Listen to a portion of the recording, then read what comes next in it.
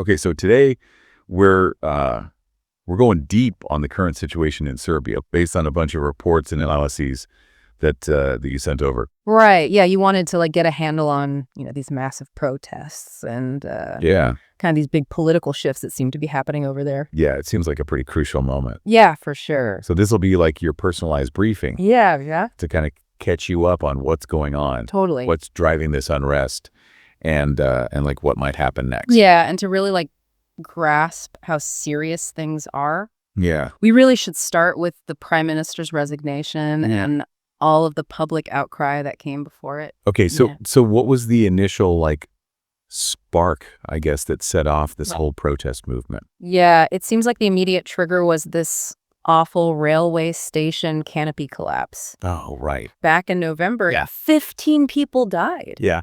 And what really got people angry was that this was like a newly renovated station. Oh, wow. It had just reopened like a few months before. So this wasn't some old dilapidated thing. This was like, No. It was supposed to be like this great thing. Yeah. And then this happened. So it's like. then of course there are going to be questions. Absolutely. So immediately people started talking about corruption. Yeah. Like mismanagement in that whole reconstruction project. Right. So was the work done well? Were the right materials used? was there any oversight? Yeah, exactly. Like where was the accountability? Right. This was like a very tangible consequence of a potential governance failure. Right. And it's so tragic because it's like people died because of it. Exactly. And this wasn't like an isolated incident, right? This tragedy kind of like. It tapped into something much deeper. Yeah. Yeah. There was this other event that like really just poured gasoline on the fire. Okay, what was that? So there was this memorial service at the Faculty of Dramatic Arts in Belgrade for the victims of the train station collapse. Right. And a group of people attacked the students and professors there. Oh, wow. Yeah, and reports say that these attackers were linked to the ruling political party. Wow, attacking a memorial service. Yeah. On a university campus. That's I know, it's like a whole other level. For real escalation. Yeah. So what happened then? The students at the Faculty of Dramatic Arts, they decided to take action. Okay. They had this emergency plenary session. Okay. And voted to just shut down their campus. Wow. Yeah, and this wasn't just a short thing, like a symbolic protest. Right. This blockade has been going on for over 3 months. Wow, 3 months. Yeah, so you can see how serious they are about this. Yeah, so these two events, like the collapse and then the attack, really kicked off something much bigger. Yeah, definitely. So tell me about the scale of what happened next. Well, the number of people protesting is really striking. Okay. On March 15th, there were over 100,000 demonstrators in Belgrade. 100,000 people. Yeah, this is one of the largest rallies Serbia has seen in decades. Wow. So it wasn't just contained to Belgrade, right? No, not at all. Like it spread. It spread all over the country. Okay. Reports say there have been demonstrations in over 300 cities and towns. So this isn't just like a city thing. Right. This is a whole country thing. Yeah, this is like nationwide dissatisfaction. Okay. And so how is this protest movement organized? Right. Is there a leader or like a central organization? That's actually a really interesting thing about this movement. Okay. It's totally leaderless. Wow. Yeah. And they say decisions are made through what they call direct democracy. Direct democracy. Yeah. Which happens in these open faculty plenums. Okay. So what is that? It's basically like a big open meeting. Okay. Where everyone has a say and everyone gets to vote. So kind of like a modern take on ancient Greece. Yeah. Interesting. And why do they choose to structure it this way? Well, it seems like they wanted to make the movement as resilient as possible. Okay. If there's no clear leader. Yeah. It's harder for the government to like target anyone. Just stop it. Exactly. To like undermine it or co-opt it by going after specific people. Right. So this way they can keep the movement autonomous. Interesting. And going for longer. Makes sense. Yeah. Now, I've noticed a pretty distinct symbol associated with these protests. The blood red hand. Yeah. What does that represent? It's become like a super powerful symbol of the movement and their cause. Yeah, you see it everywhere. Yeah, it's on banners and signs, Everywhere. Yeah, it's just this really recognizable emblem that shows how upset they are. And I've heard the government has responded to this symbolism in a pretty striking way. Yeah, they have reportedly been painting these like red middle fingers. Oh, wow. On schools and universities. Wow. Yeah, so you've got this visual battle going on. Yeah, so it seems like there's a Yeah. huge rift in Serbian society. Oh, yeah. For sure. But the protesters aren't just doing rallies and symbols, right? They've been using some pretty creative tactics. Yeah, they've been really innovative. Yeah. One thing they've been doing is organizing these marches between towns, Okay. specifically to reach people in rural communities, Okay. because these people might not have access to independent media. Right. So the protesters can go directly to them Right. and share their message. Kind of go around any state-controlled narrative. Exactly. How's that been going? Well, reports say they've been pretty well received. Okay. People have been offering them food and shelter. Oh, wow. Yeah, and other kinds of support along the way. That's great. Yeah, so it seems like their message is resonating. Yeah, even outside the cities. Yeah. Beyond these marches, there have also been some pretty symbolic actions Oh, yeah, definitely. that really show how deep this feeling of grievance runs. Totally. So for New Year's Eve, What? in 4 major cities, protesters didn't celebrate. Okay. They held these silent demonstrations instead. Yeah. And they also organized 15-minute blockades across the country to remember the victims of the train collapse Okay. and to demand accountability. Right. Yeah. So these actions show how serious and somber this whole situation is. Yeah, so we've got this widespread, mostly leaderless protest movement Right. using all kinds of different tactics Right. to express their dissatisfaction. Yeah. So what has the government done in response to all of this? Well, the biggest political consequence so far has been the resignation of Prime Minister Vučević. Oh, okay. He resigned back in January, Okay. and Parliament officially accepted it on March 19th. Okay, and Vučević, he's a pretty important figure Right. in the ruling party, right? Yeah, he's a big player in the SNS Okay. and a close ally of President Vučić. So this resignation must have triggered It did. some kind of constitutional process. Right. So what happens now? Well, according to the Serbian constitution, Okay. President Vučić has until April 18th to nominate a new prime minister. And if Parliament approves, that person would lead the government until the next elections in 2027. Okay, so what if Vučić can't find someone?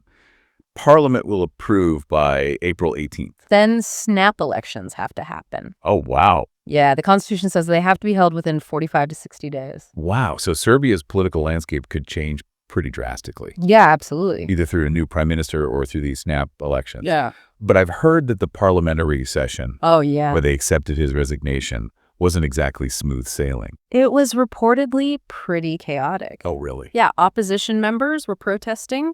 Inside Parliament? Yeah, inside the assembly, Oh. showing their solidarity with the student protesters Okay. and speaking out against the government. Right. There were even some physical altercations. Oh, wow. It shows you just how divided and tense things are, Yeah. even within the government. So all of this pressure from the public is Yeah. having a real impact. Oh, definitely. Okay, so what has the government officially said about all of this? Well, they've been denying the allegations of corruption Related and mismanagement. to the train collapse. Right. Okay. President Vučić has also rejected the idea of an interim government Yep. that wouldn't include the SNS. So basically they're not giving in. Right. It seems like they're standing their ground Yeah. and sticking to the existing constitutional process. Okay, you used the term authoritarian neoliberalism earlier Oh, right. to describe the government. Can you explain what that means? Yeah. So in the context of Serbia, Yeah. it means you have a really strong centralized government. Okay. But they're pushing these market-oriented economic policies. Okay. So you see things like privatization of state-owned enterprises, Right. a big focus on attracting foreign investment. Okay. And critics say this can sometimes weaken democratic institutions Okay. and lead to less accountability and more inequality. So the train station could be seen as an example of this. Yeah, like when you privatize big infrastructure projects, Yeah. and then maybe those contracts go to companies with ties to the ruling party, Right? it raises questions about transparency and the quality of the work. Oh. And the train station collapse is like a really tragic illustration of what can go wrong. And it seems like this isn't just happening in Serbia. Right. You mentioned some analysis that compares this to trends in other Western democracies. Yeah, some academics are saying that what's happening in Serbia is kind of an extreme version of trends we've seen in the West Since when? since the 2008 financial crisis. Okay. There's been this shift away from traditional liberal democracy Okay. and more towards centralized power and market-driven solutions. Okay. And sometimes that comes at the expense of social and democratic values. So in Serbia, that looks like. Right. A really strong central government Yeah. privatization of state assets, focus on foreign investment, Okay. and maybe not so much attention to labor rights Mhm. or environmental protections. So there's this main protest movement, Right. but then there's also this counter movement Yeah. called Students Who Want to Study. Right. What's that about? So this group has popped up saying they want to end the campus blockades. Okay. But the original student protesters are saying this group isn't authentic. Really? What makes them think that? They're saying it's actually backed by the government. Oh, wow. Yeah, and they're claiming that these counter-protesters Yeah. aren't actually students or they're linked to the ruling party. So they're trying to undermine the real protest movement. Exactly. Wow. That's, It's messy. yeah, that adds a whole other level. Right. Okay, so what's been the reaction internationally to all of this? Well, based on the reports you sent me, Okay. it seems like there hasn't been much of a reaction. From other countries? Yeah, from other governments or international organizations. Which is surprising. Yeah, considering how big these protests are Yeah. and how serious the political situation is. So do we know if anyone is supporting the protesters? Well, the protesters themselves are saying Right. that the Serbian government is getting support Okay. from Russia, Okay. China, the US, the EU. Wow. But we have to be careful here Okay. because this is just what the protesters are saying. Right. We don't know for sure. Exactly. We haven't seen any independent confirmation of this. No. But it does show how the protesters see things. Yeah. They believe there are these external forces at play. Okay. And what about media coverage internationally? Has this been a big story? Not really. It seems like there's been pretty limited coverage. Wow. So it's kind of like they're being ignored. Yeah, kind of. They even talk about how, Madonna, the pop star? yeah, she reshared a story about the protests on social media. Okay. And that was like a huge deal for them. Because it was international attention. Exactly, because they haven't really gotten much attention. So this lack of media attention could be why. Yeah, it could be. Governments haven't really reacted. It's possible. So where do we go from here? We've got these protests, the prime minister's resignation, Right. limited international reaction. Yeah. What are the potential outcomes here? Okay, so one possibility is that President Vučić manages to appoint a new prime minister, Okay. someone Parliament will approve. Before the deadline. Yeah, before April 18th. Okay.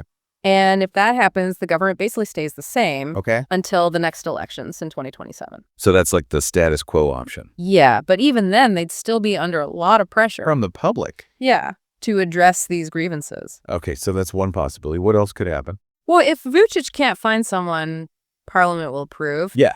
then we'd have snap elections. And that could really change things up. Oh, yeah, definitely. Okay. Now, we do have some polls from December Okay. that showed the SNS still had a lot of support. Okay. But things have changed since then. Right. There's a lot more anger towards the government now. So those polls might not be accurate anymore. Mm. So snap elections are a real possibility. Yeah, yeah. But you mentioned that the opposition parties Right. aren't too keen on that idea. Yeah, they're not so sure about early elections right now. What do they want then? They're calling for an interim government, Okay. one that doesn't include the SNS. So they want a change of leadership Right. before any new elections. Yeah, and they might keep protesting Okay. to try to make that happen. So basically, even if there are snap elections, Yeah. or if a new prime minister is appointed, Right. the protests might not stop. Exactly. These protests have shown Yeah. that there's deep dissatisfaction. Yeah. And that might not go away. Just because of the change in leadership, Right. Especially if people feel like the real issues haven't been addressed. like corruption and accountability. Exactly. And you said that the protests have already had a big impact? They have reports say they've really shaken President Vučić's hold on power. Wow. So regardless of what happens next, Yeah. these protests have already changed things.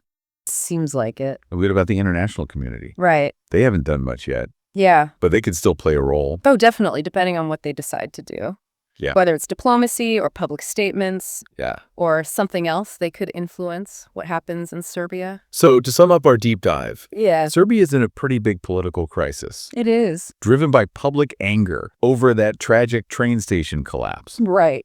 which has then expanded into concerns about Right. corruption accountability, and the state of democracy. Yeah. This has led to these huge protests, the prime minister resigning, Right. and now Serbia's in this kind of constitutional limbo Exactly. until they figure out what to do about the prime minister situation. Yeah, so the prime minister's resignation has set off this whole constitutional process, Right. which could either lead to things staying the same Okay. or some big changes through snap elections. Right. But either way, the protests are still going strong, and they're putting a lot of pressure on the government. So it all comes down to this. Right. Can Vučić find a new prime minister Yeah. who parliament will approve? Right. Or will we see snap elections? Yeah. And will the protests continue no matter what? Exactly. So the next few weeks are going to be crucial. Absolutely. They'll decide whether this is a real turning point for Serbia. Or if the current system can hold on. Right. So given all this, what do you think will be the long-term impact of all of this? That's a tough one. And what role will the international community ultimately play? Yeah. Those are really important questions to think about. Yeah, as we continue to learn more about Yeah. what's happening in Serbia. Right. Okay, thanks for joining us for this deep dive Of course. into a very complex and evolving situation. Absolutely. We'll keep following it closely. Okay, sounds good.